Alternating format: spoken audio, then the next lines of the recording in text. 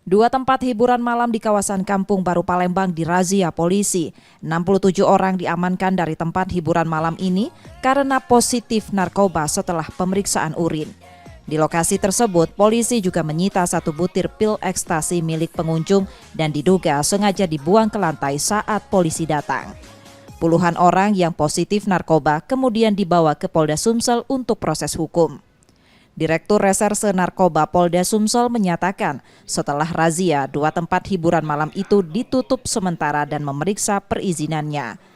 Tempat tersebut terancam ditutup permanen yang akan berkoordinasi dengan pemerintah Kota Palembang.